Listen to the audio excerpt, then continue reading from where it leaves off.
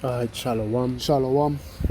First and foremost, before we begin, we like to give all praise, all glory, all honor unto Yahweh, Ba'ashem Yahushai, Ba'ashem Rocha Kodash. Double honors unto the apostles and elders of great my son who surely do it well.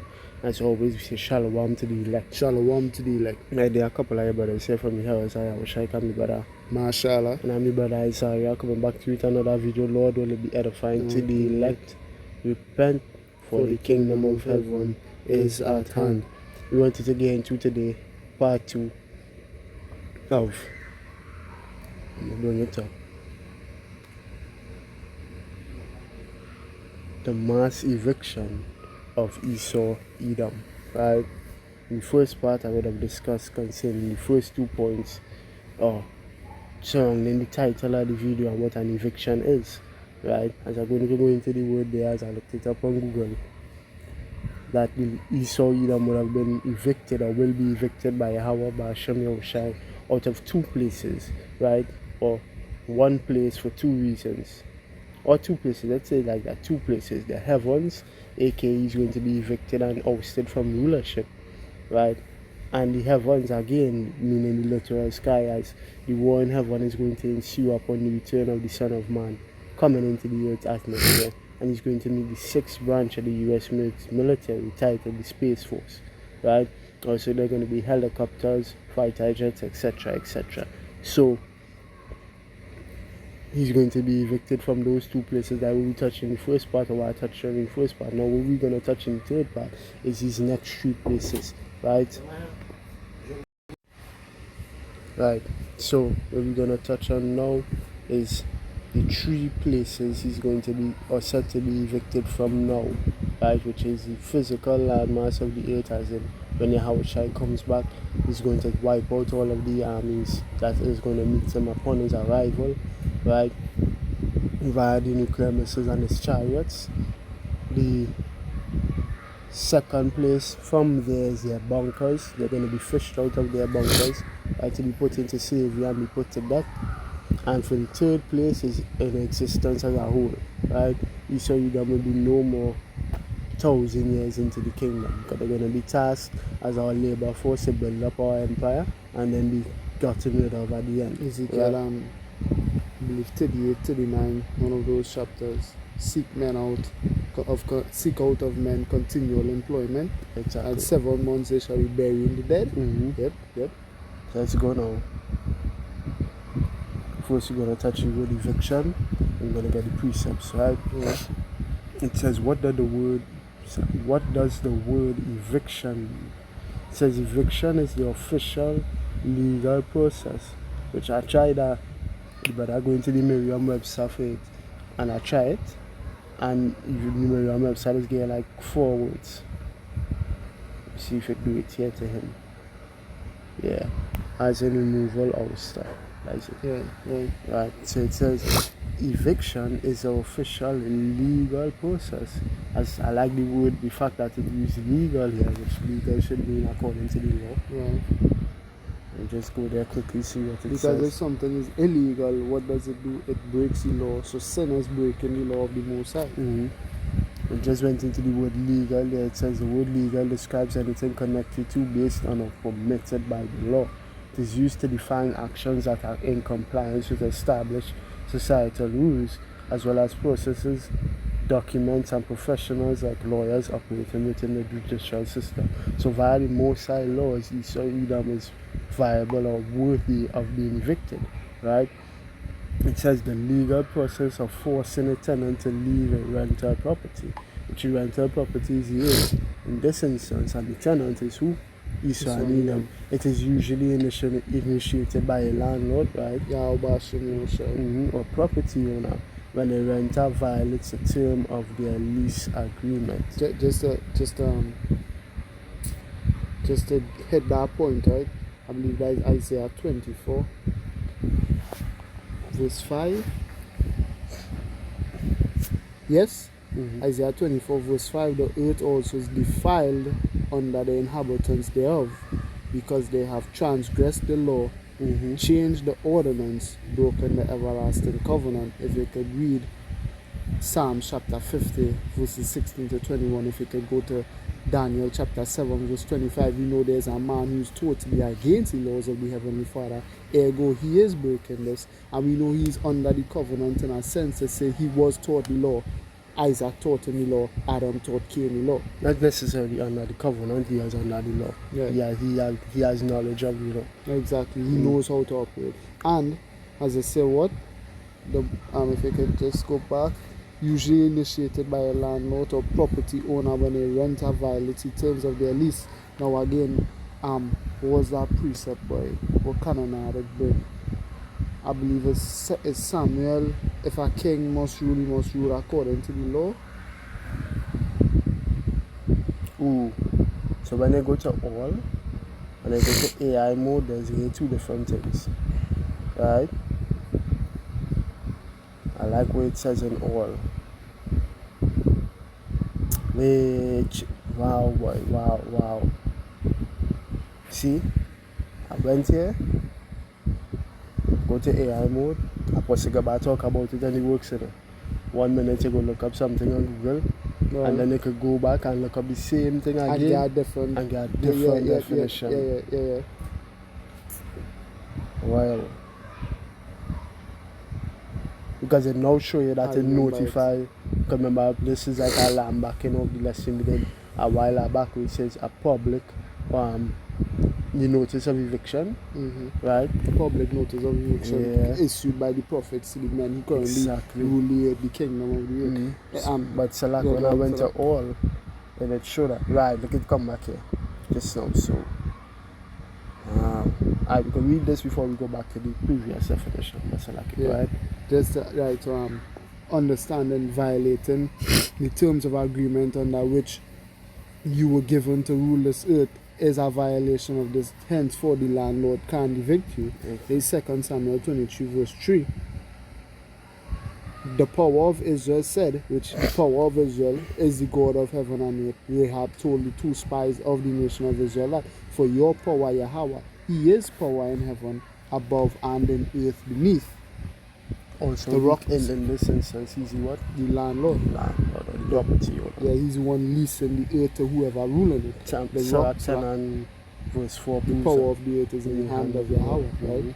The rock of Israel spake to me, he that ruleth over men must be just, ruling in the fear of power.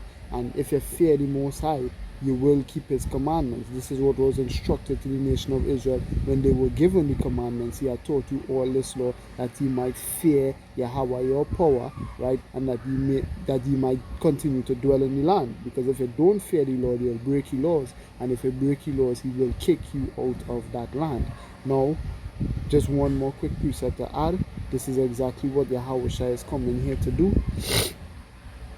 Isaiah 26 verse 21, for behold, Yahweh Ba'ashem Yahweh come in the name of his father, in the rank and authority of his father, cometh out of his place to punish the inhabitants of the earth for their iniquity. The earth also shall disclose her blood and shall no more cover her slain. So what have we determined based on this is that the people who currently rule the earth are not fit to rule.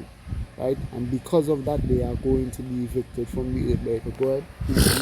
The eviction here, it says, what does the word eviction mean? Right, it says an eviction is illegal. This part here, it says the eviction process. So this must be understood that the Lord has actually gone on that process by which he's evicting his own, right? Yeah. It says by which he's determined that these people are not fit to be here. The sins have reached unto heaven. Exactly. Yeah. It says eviction generally follow a strict legal sequence to protect the rights of both parties. Notice, a landlord provides a formal written notice detailing the violation, which who does this instead of Yahweh? The prophets. So the whole Bible that we read today was written by the prophets, and it has listed all the crimes that Esau has done and will continue to do, and it's proof, it's testament against him. Revelation 11 talk about these two prophets who tormented, right? Two witnesses. Exactly. Why would they torment, or why was it looked at as though they were tormenting? Because what they was laying your sins bare before you. I wish I said it. Had I not come and spoken unto them, they then had not had sin. But because I have come and spoken unto them, they have no cloak for the sins. The prophets stand in the lot of Yahushua in that regard and in that aspect, because of the prophets, it have no chance anybody in the earth could say that they know what they was doing was wrong, because the prophets have been telling you. But detailing the violation, example, unpaid rent, and giving the tenant a specific amount of time to fix the issue or move out.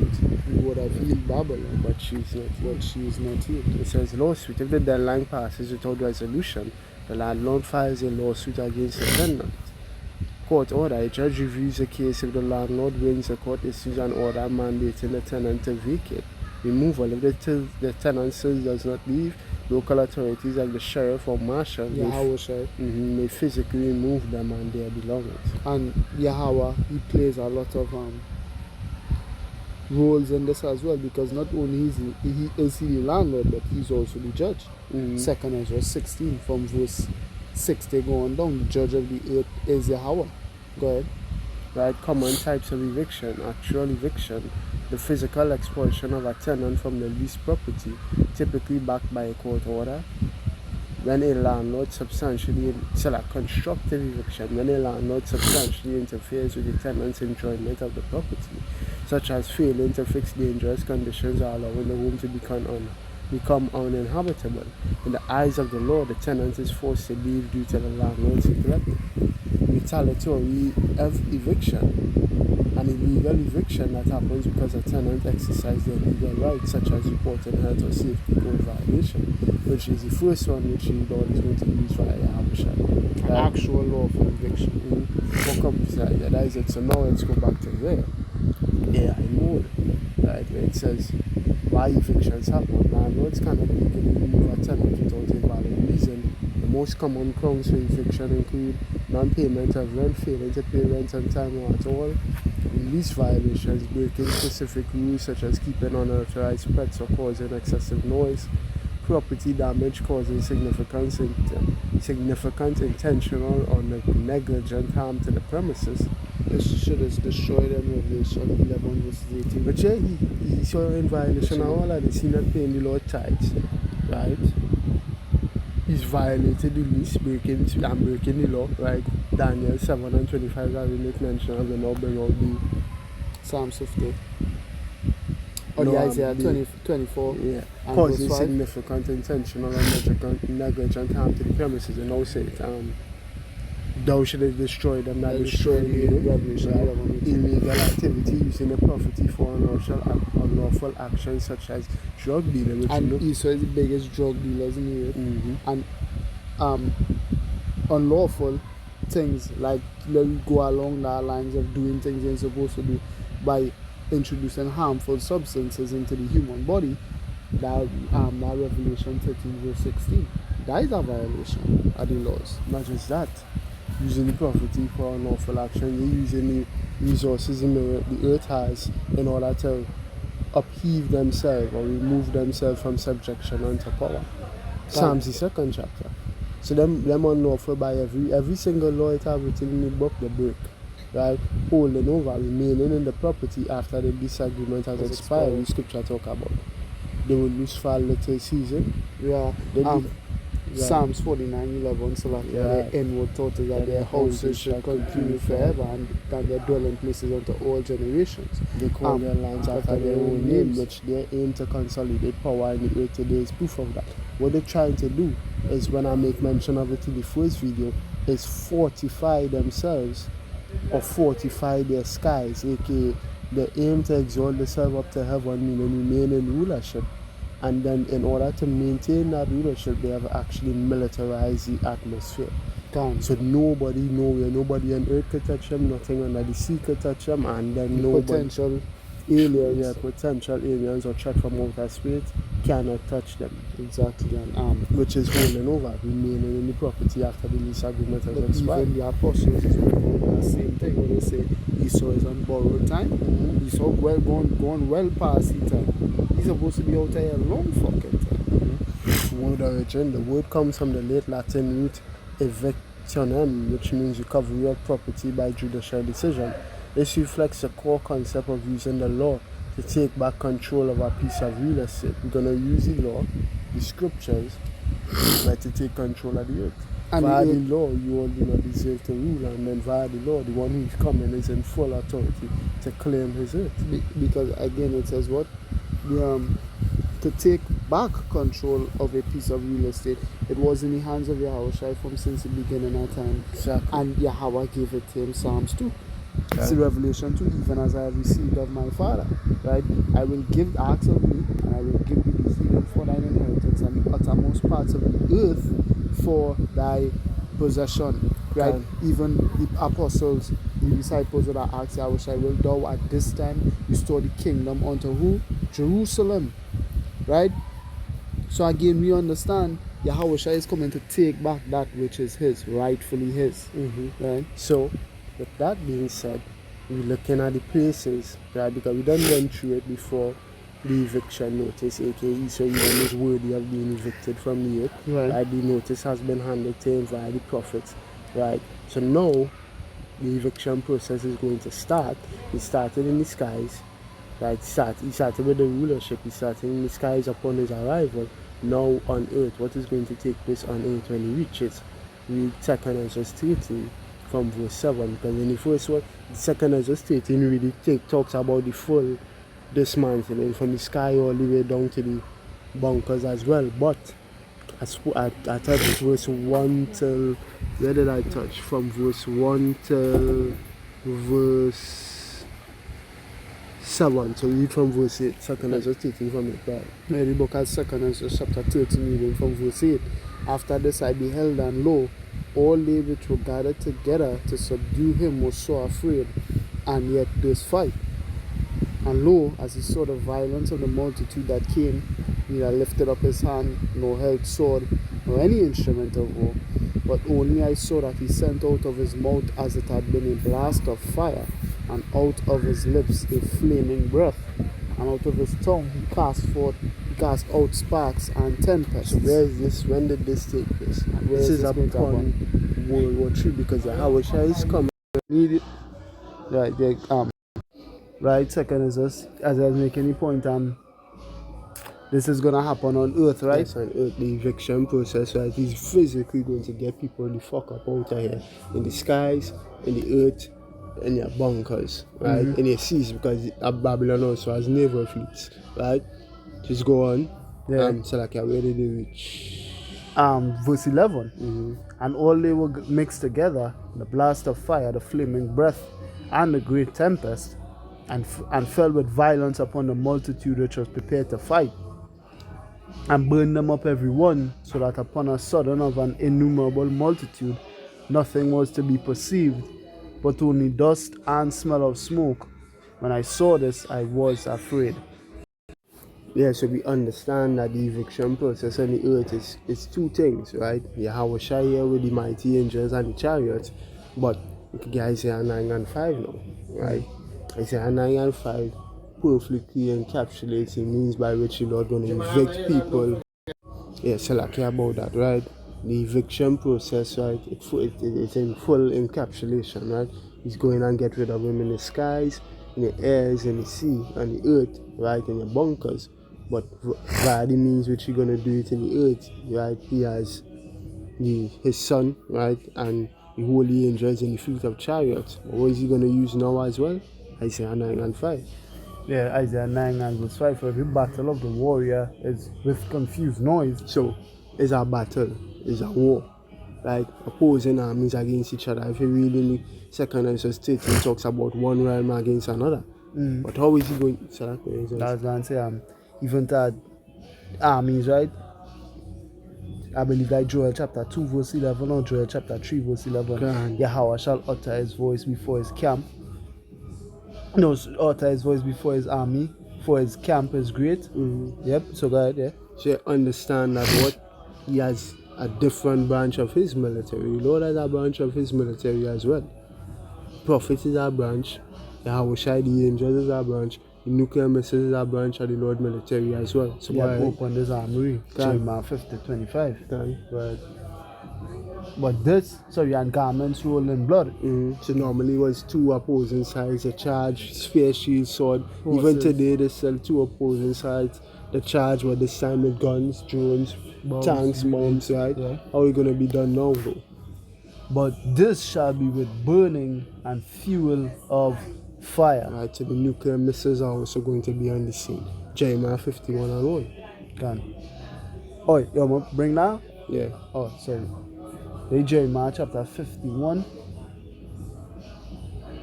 and read in verse 1. And then they go read Isaiah 63 and 1 after. Right. Yeah.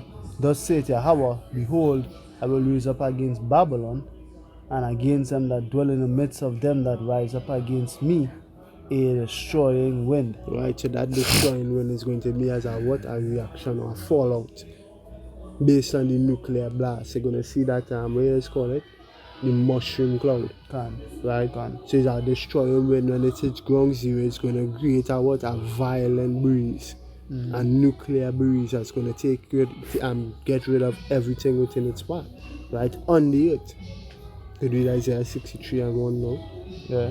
This is the book of Isaiah chapter 63, then from verse 1. Who is this that cometh from Edom with dyed garments from Bozrah? This that is glorious in his apparel, traveling in the greatness of his strength. I that speak in righteousness, mighty to save. Exactly, right. Wherefore art thou red in thine apparel, and thy garments like him that treadeth the wine fat? I have trodden the winepress alone, and of the people there was none with me. For I will tread them in mine anger, and trample them in my fury, and their blood shall be sprinkled upon my garments, and I will stain all my raiment. Go ahead. Oh, no. For the day of vengeance is in mine heart, and the year of my redeemed is come. So you understand that what?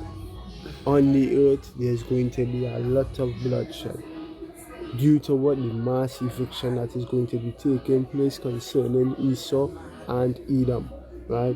To go now to their bunkers, because they are going to be hiding out in bunkers upon the return of our Lord Yahushua. To try and run from the eviction. Exactly, because I asked the question, do the rich banking elite have bunkers? It says yes.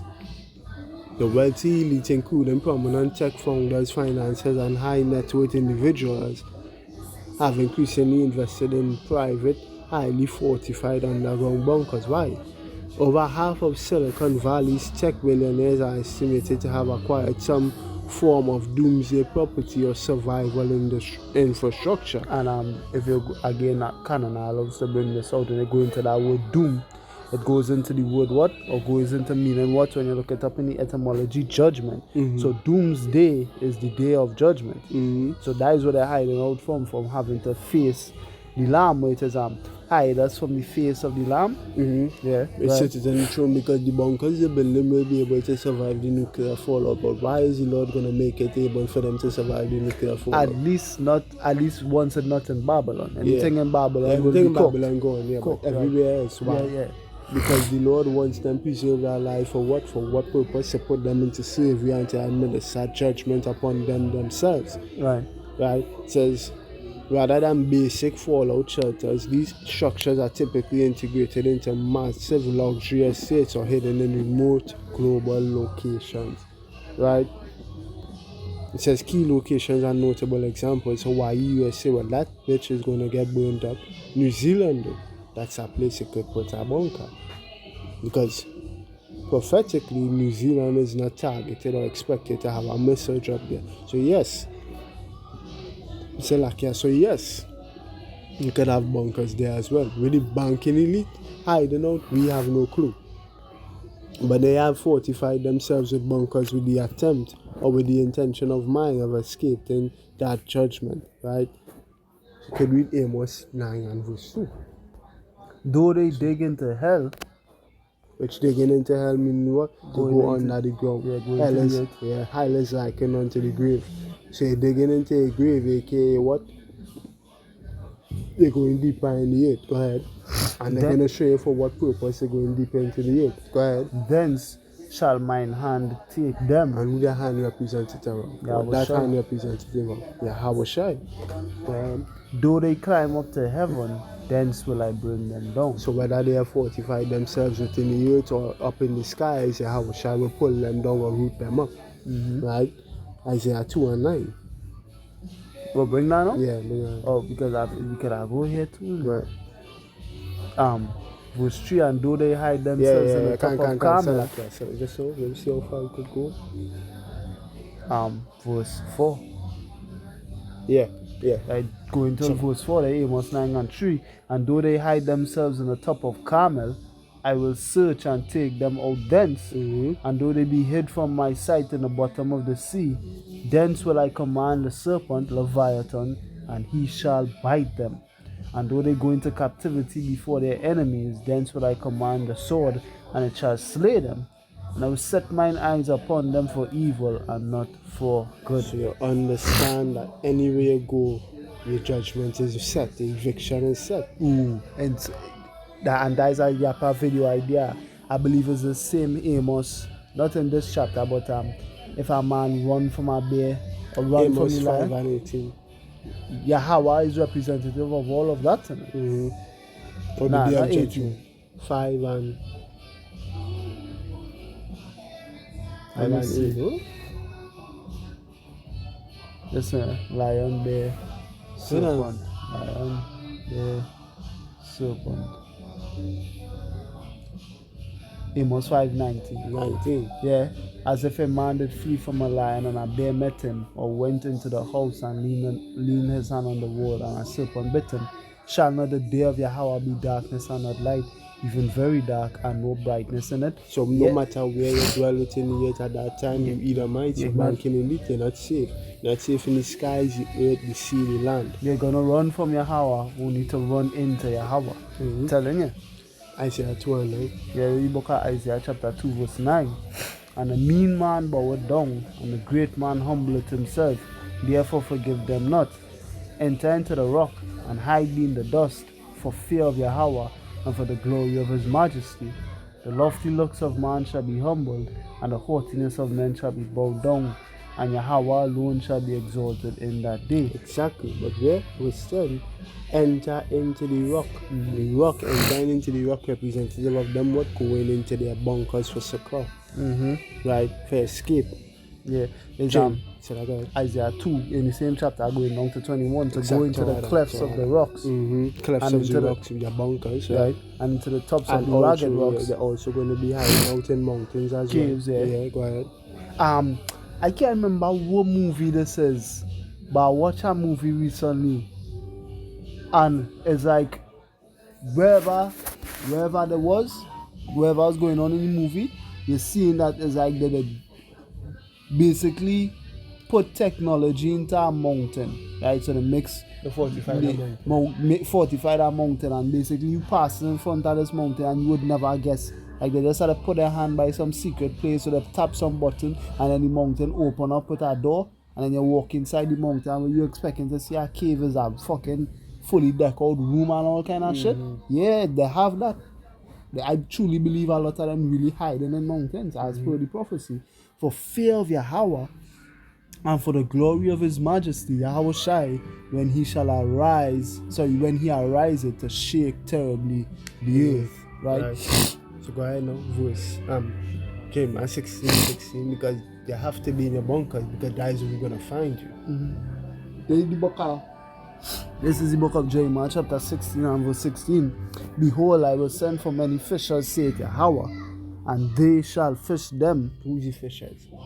The prophets. Yeah. Right? The prophets fishing for the elect. Right? I'll make you fishers of men. Exactly. So that is fishing season. What's gonna happen after? And after will I send for many hunters. Same men gonna become hunters to do what? And they shall hunt them from every mountain and from every hill and out of the holes of the rocks. So you all have to be there for us to find you. Now we can find you anyway, but here's where we want to find you, because we have to catch you red-handed. Especially when you're in a safe places too. When you feel like the judgment coming but it's not coming for you, it's exactly when you're gonna be found. There's being caught red-handed. You know what is gonna catch Esau, Edom red-handed in a lot of things, right? He's gonna have all the earth's wealth hoarded to himself. Caught red-handed. How did you get this money? you're going to be caught red-handed with the men of the Lord, the servants of Yahweh Shem Yoshai, the nation of Israel, within the grass. What you doing with these people? They belong to me, red-handed. You're going to be caught fucking up the earth. Red-handed. A lot of ways you're about to be caught red-handed, Esau. Right? Continue. And we find you in the bunkers. What you doing in the bunkers? Yeah, why you hiding? If you ain't doing nothing wrong, why you hiding? Running and balling, me and trying to pick them up. Yeah, but you hiding? What you hiding? Why? For? Exactly. Jeremiah 16:17. For mine eyes are upon all their ways. They are not hid from my face, neither is their iniquity hid from mine eyes. And first I will recompense their iniquity and their sin double, because they have defiled my land. They have filled mine inheritance with the carcasses of their detestable and abominable things. Right, so you're going to be dealt with severe. Revelation 6:15 to 17. And how you're going to be in those bunkers? Those bunkers are not going to be places of secure for you. Right? Yeah, as we did do that video recently. But Yep. There's Revelation 6:15. And the kings of the earth and the great men and the rich men and their chief captains and the mighty men and every bondman and every free man hid themselves in the dens and in the rocks of the mountains. Why? What are you doing hiding? What's your intention of hiding? Right? And said to the mountains and rocks. And the very said same bunkers and where we should collapse and caves in on you. Go ahead. Fall on us and hide us from the face of him that sitteth on the throne. So they rather die by having all of that rubble and earth fall and capside and bust up the skull and break the back than having to deal with Yahweh. And from the wrath of the Lamb. For the great day of his wrath is come, and who shall be able to stand? So you're going to be found in your bunkers, then evicted from there, right? So go ahead now. The last point is they're going to be evicted from existence. This is the book of Job chapter 20, reading from verse 5. Select. Tell that precept first come to my mind with that. Revelation 20. Sorry. Obadiah as well. Obadiah as well can be placed in here, but Revelation 20 considering the 1,000 years. Yeah, and then this one.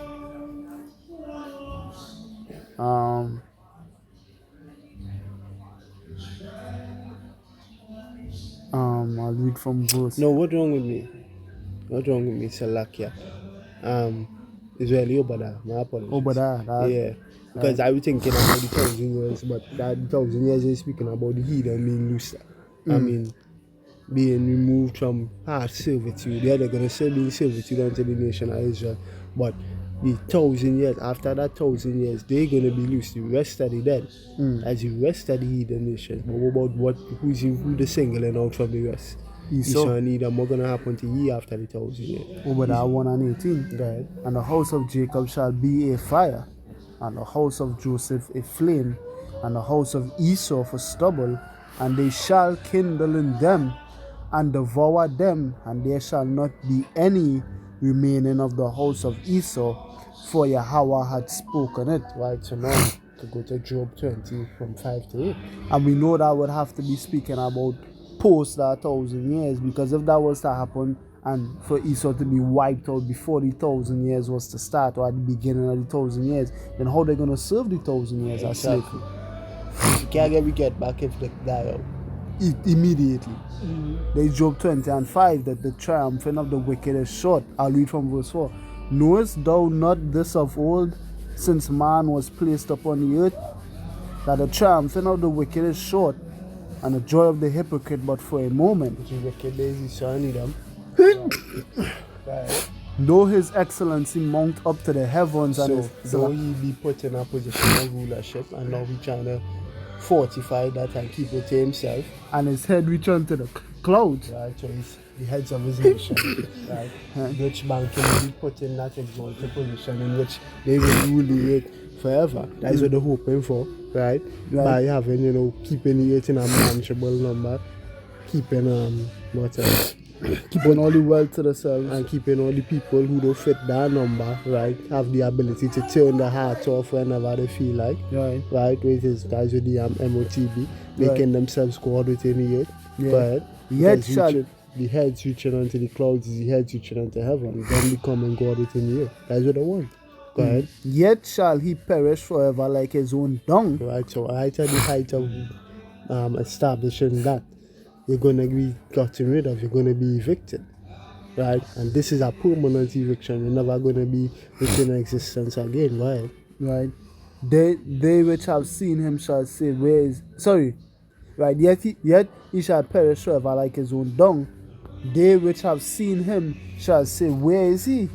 He shall fly away as a dream and shall not be found. Yea, he shall be chased away as a vision of the night. Exactly. Gonna be flying as all this heartache and pain and pressure we went through gonna be like a dream. Psalms 126.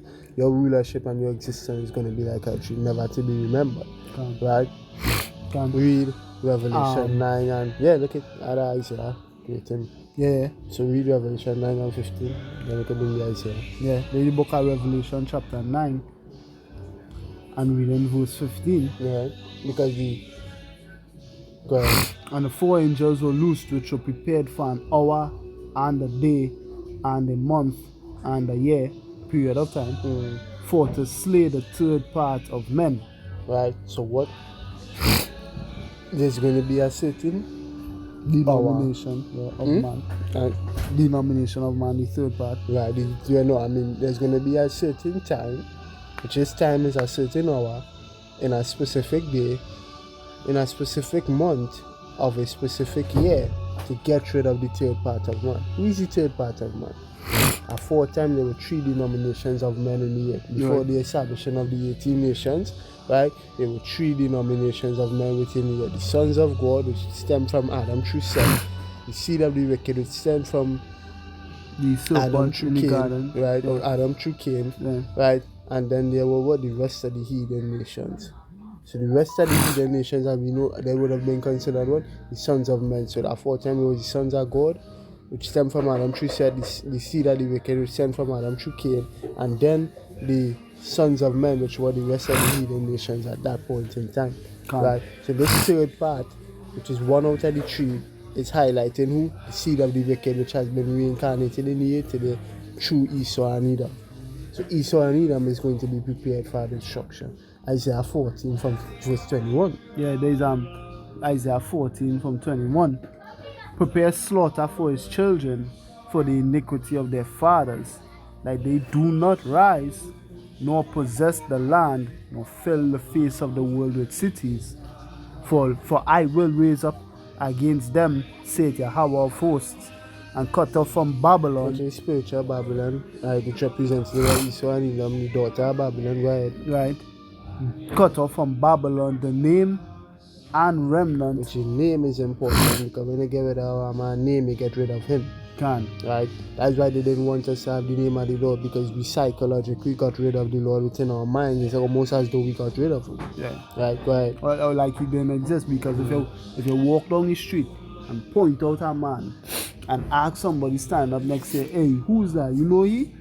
The first thing he gonna say is, that is his I don't know his name. If you don't know him, which is what is like, you don't know that man. But then you say, you know him, the first thing, that's Jim. John or Jake. Exactly. Why is the first thing that is used to identify a man? His name. Right? Right. And son and nephew say it Yahweh. So the remaining and the seed line. Because the seed, exactly, the son and the nephew is representative of what? He wants to carry on the seed line. Because pursuing the numbers 1 and 18, a seed line is established and continued on via men. So when they get rid of the men, they get rid of the seed line. You get that? Job 18:19. He shall neither have son nor nephew. Nobody to continue his posterity among his people, nor any remaining in his dwelling. Because should they leave the woman and they get rid of the sons and the nephews, the woman could only bring forth the seed of the man the whipped. So if you leave all of the Edomite women alive and only Jake men top those Edomite women, who gonna come out? Israelite men.